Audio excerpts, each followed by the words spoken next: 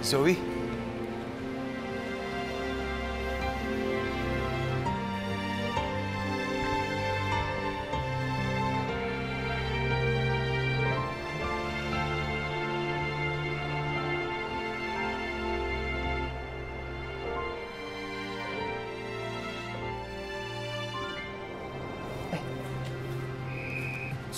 Sorry. Namiss lang talaga kita. Okay lang. Namiss din kita. Ha? Talaga?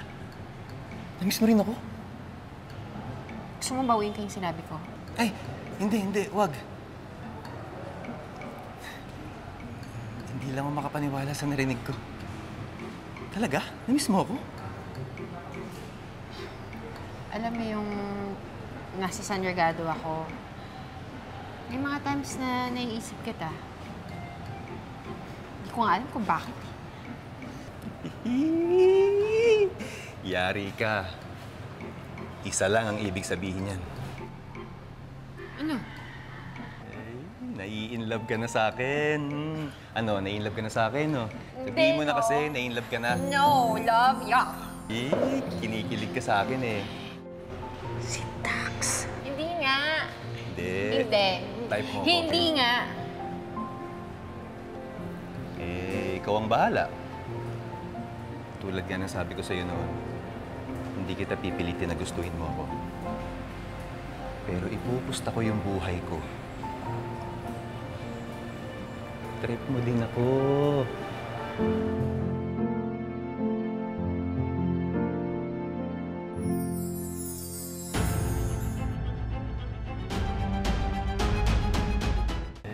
Nai-inlove ka na sa akin. Ano, nai-inlove ka na sa akin, no? Sabihin mo na kasi, nai-inlove ka na. No, love, yuck. Love ka dyan. Alam mo siguro, na-miss lang kita as a friend. Pero love, hindi, no? Talaga? O basta mamayang gabi, tuloy tayo, ah. Okay, hindi naman tayo, ah. Kailangan ba natin magkasama palagi? Hindi naman, ah. Doon din naman pupunta yun, eh. Kulit mo. Sige na, umalis ka na. Baka may makakita pa sa'yo dito. Text na lang kita. Ano na? Sige na, umalis ka na.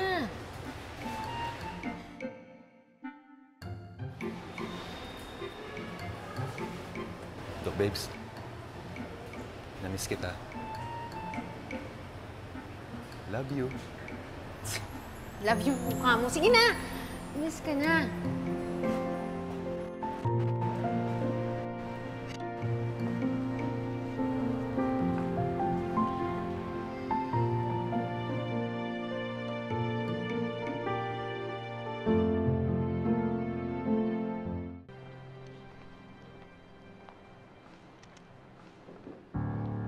Zoe! Ma'am, kala ko nakalis ka na. Si Dax, siya ang dahilan kung bakit ayaw mong sumama sa akin? Were you spying on me? Buti na nga I was spying on you because I saw the way you were looking at him. Nakakagusto ka na sa mokong na yun eh. Siya talaga! Ano namang mali doon? Mami, sino ba nang pumilit na maging close ako sa kanya? So kasalanan ko pa, ha? Sino ba sa ating dalawa ang hindi nag-iisip ng mabuti, ha? Zoe, naturingan kang isang doktor. A neurosurgeon, in fact, and papatol ka sa isang sanggano, sa isang kriminal. What is wrong with that? Bakit ikaw? Criminal ka rin, di ba?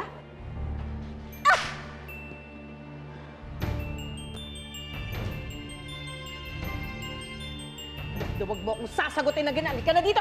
Aray! Mama ka na sa akin! Ano ba? No, you're coming with me! Umusaktan si Zoe! Hanali! Huwag ka nga makialam dito, ha? Kanina lang nakikipag-away ka para makita yung anak mo, ah! Tapos nisasaktan mo yung anak mo? Annalyn, you stay out of this. Zoe, tara na. Moira, ano ba? Zoe, tara na! Sige na, Zoe. Pumasok ka na. Zoe, you come back here! Moira! Tigilan mo na kaya si Zoe? Alam mo, kahit kailan, ipal ka talaga, no? Alam mo, kaya nagiging pasaway ang anak ko dahil sa'yo. Bad influence ka kay Zoe. Ako pa po talaga yung bad influence? Sino ba sa atin yung ayaw na magkasundo kami ng kapatid ko? Di ba ikaw? Epal ka eh! Epal ka sa buhay namin mag-ina! Annalyn? Saktan ka ba ni Ma'am Moira? Okay lang ako kay Regan. Aalis na rin naman yan si Ma'am Moira eh. Baka nakakalimutan mo. Galing ako sa kulungan. Isang tiris ko lang. Patay ka na kutong lupa ka. Kayang-kaya kitang burahin sa buhay ng anak ko.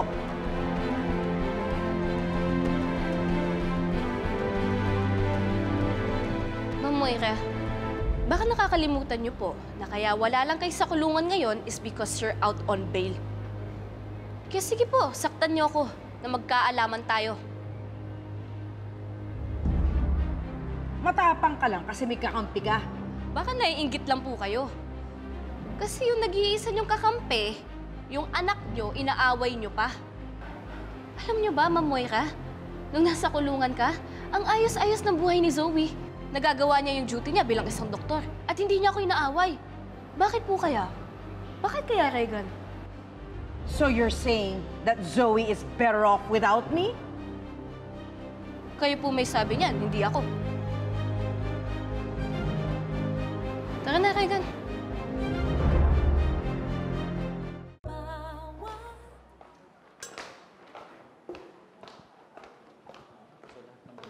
Dala muna sa room 222, ha? Sige, balitaan mo na lang ako after. Hey, Zoe.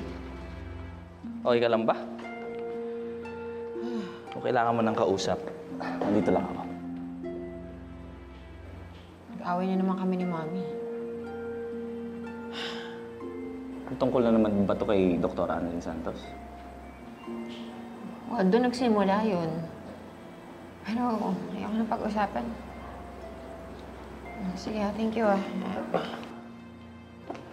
Zoe. May gusto lang pala ako sabihin sa'yo. Ano yun? Parang seryoso. Gusto ko lang sabihin na namiss kita. At alam mo, sobrang saya ako dahil lahat kayo nakabalik ng ligtas from TSB. Namiss ka na Apex. Ako rin, na-miss ko rin tong Apex. Sobrang nag-alala nga ako sa'yo, Zoe. Kung hindi lang lockdown yung barangay, pupuntahan kita doon. At saka isa pa, hindi lang ako pinayagan ng chief president natin eh. Pero gustong-gusto kitang puntahan doon, Zoe.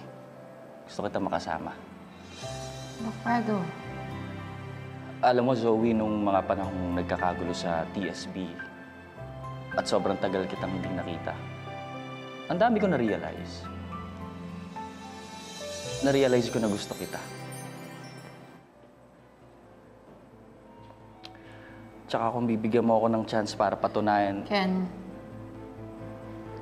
may iba akong gusto. Silok ba?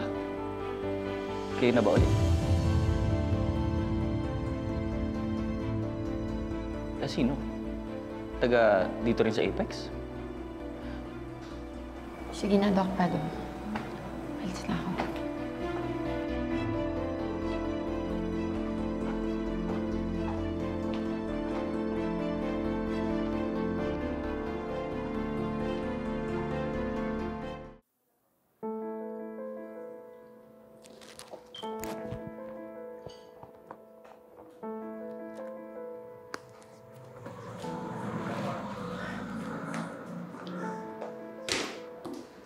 Mabuti naman at dumating ka sa breakfast date natin. Akala ko nga, Angeline na rin. After what you did to me yesterday, buti ka pinuntahan pa kita dito, no? Sorry na. Pasensya na. Nabigla lang ako eh. Ikaw naman, sa lahat ba naman ng lalaki, si Dax pa yung papatulan mo? Pero, Mom, I think you're right.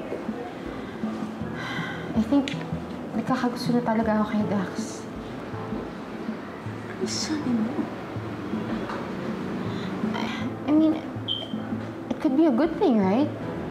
Pag naging kami ni Dax, he'll be on our side. Diba? Kakampi na natin siya. Nababaliw ka na ba? Pwede naman mangyari yun na hindi magiging kayo eh. Pasakay mo lang na gusto mo siya. Eh, yun naman yung ginawa ko nung una eh.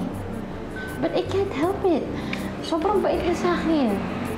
Nung nasa San Legado ako, he kept on calling me. He was making sure na I was eating, I was getting enough rest, enough sleep. This is just a phase. Believe me, akala mo lang na gusto mo si Dax.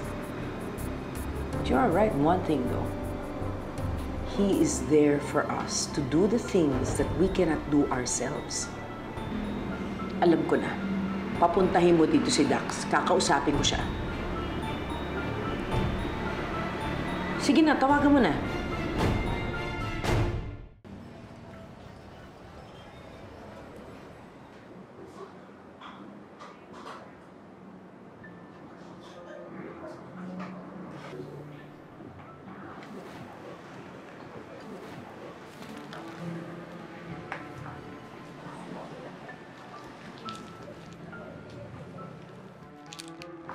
Para sa'yo.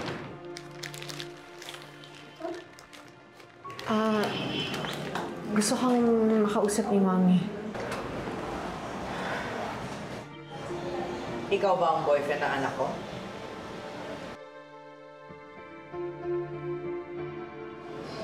Ano?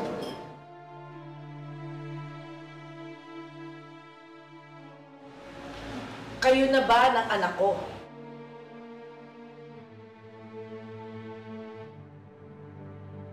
Mahal ko po ang anak niyo. Zoe, iwan mo muna kami. Mag-uusap kami ng boyfriend mo.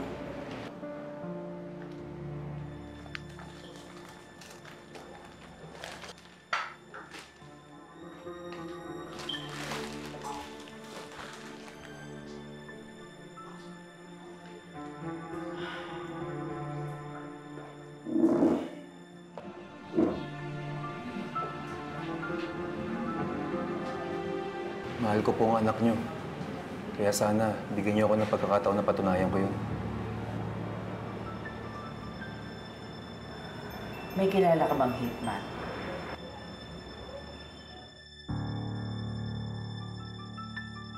Hitman? Kasing mamamatay tao? Is there any other kind of hitman? Eh, ma'am, wala ako ngayon eh. May kilala ka ba na magagamit ko? Eh, subukan ko maganap. Pero, para kanino? Sino papatumba niyo? That's none of your business. Basta sabihan mo na lang ako kapag may nakuha ka na.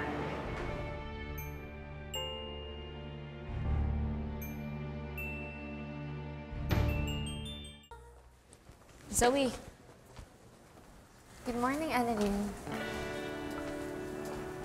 hala, anong meron sa'yo? Good mood ka ngayon, ah. Dahil ba bati na kayo ng mami mo? Oo, okay na kami. Buti naman. Akala ko nga hindi ka makakapag-duty eh. Uy, alam mo ba? May OR sked mamaya si tatay. What? That's good news! Eh, ikaw ba magsiscrub in? Gusto mo, ikaw na lang mag-scrub in. Okay lang sa akin. Ay, hindi. Okay na. Alam mo, masaya na ako na nakabalik na si Daddy sa pagiging doktor niya. Tsaka alam ko naman gagalingan mo. Zoe, alam mo, may iba talaga sa'yo ngayon eh. Blooming ka eh. Ano ka ba? Masaya lang ako. Ah, dahil bati na kayo ng mami mo. Pwede. Ah, so may ibang dahilan pa. Huwag mo sabihing in love ka. Hala ka! Ano, in love ka nga? Ay, sino yung taga-Apex ba yan? Ba't di ko kilala yan? Annalyn, ipapakilala ko na lang siya sa'yo pag ready na kami. Okay? In love nga siya. Eh, ikaw ba? Ano?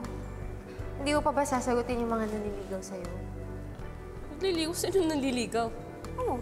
Si Regan, si Doc Lindon, si Harry. Meron ka pa bang hindi nababanggit sa akin? Uy, Zoe, huwag ka nga maingay. Hindi naman naliligaw yung mga friends ko lang yun eh. Alam mo, ang manhid mo, no? May mga gusto sa'yo yun. Ano ka ba? Pero alam mo, tama yan. Kasi hindi ko naman sila nakikita para sa'yo. Eh bakit? Sino mo nakikita mo para sa akin? Well, hindi ko pa siya nakikilala. Pero gusto ko yung taong ipaglalaban ka hanggang patayan. Grabe naman, hanggang patayan talaga. Alam mo yun, yung taong ipaglalaban ka, yung someone who's ready to die for you. Alam mo, dapat yun yung piliin mo. Sige, muna na ako, ha?